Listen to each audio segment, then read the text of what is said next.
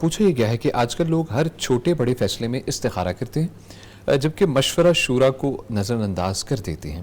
شریعت کی روشنی میں مشورے اور استخارے کا صحیح ترتیب اور مقام کیا ہے شیخ؟ الحمدللہ رب العالمین والصلاة والسلام علی سید المرسلین وعلی آلہ وصحبہ اجمعین، اما بعد۔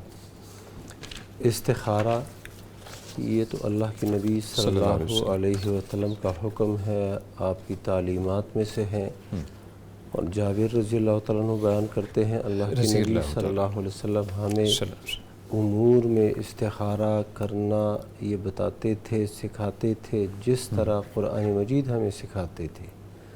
تو اور فرماتے تھے جب تم میں سے کوئی شخص کسی کام کے بارے میں ارادہ کرے تو فَلْيَرْكَعْ رَكْعَتَيْنِ مِنْ غَيْرِ الْفَرِيضَةِ، 2 رکعت وہ فرض کے علاوہ پڑھے، پھر یہ اللہم انی استخیرک بعلمک واستقدرک بقدرتک، یہ دعا پڑھے۔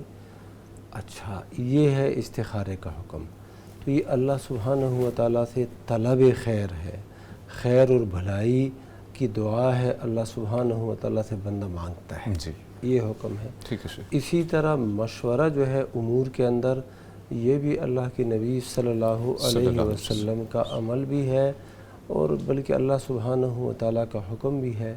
وَأَمْرُهُمْ شُورَى بَيْنَهُمْ، اہل ایمان کے مسائل باہمی مشورے سے طے ہوتے ہیں۔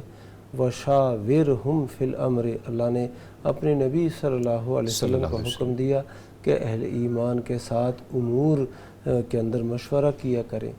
تو بعض روایات ایسی آتی ہیں کہ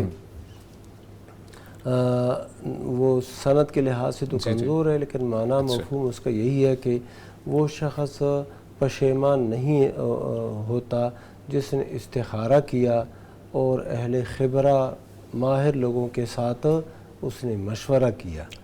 تو ویسے عملی لحاظ سے ہم دیکھتے ہیں کہ جو کام مشورے کے بعد شروع ہو جائے اس کے اندر بہت خیر ہوتی ہے، مختلف پہلو جو ہے نا وہ واضح ہو جاتے ہیں اس کام کے، بندہ پھر اس پہ چل پڑتا ہے۔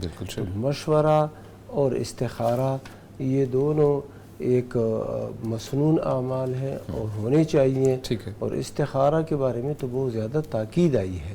تو ایسا نہیں کرنا چاہیے کہ بندہ استخارہ چھوڑے، صرف مشورے پہ عمل کرے، اور مشورہ کرے اور پھر استخارہ نہ کرے، دونوں کام ہونے چاہیے۔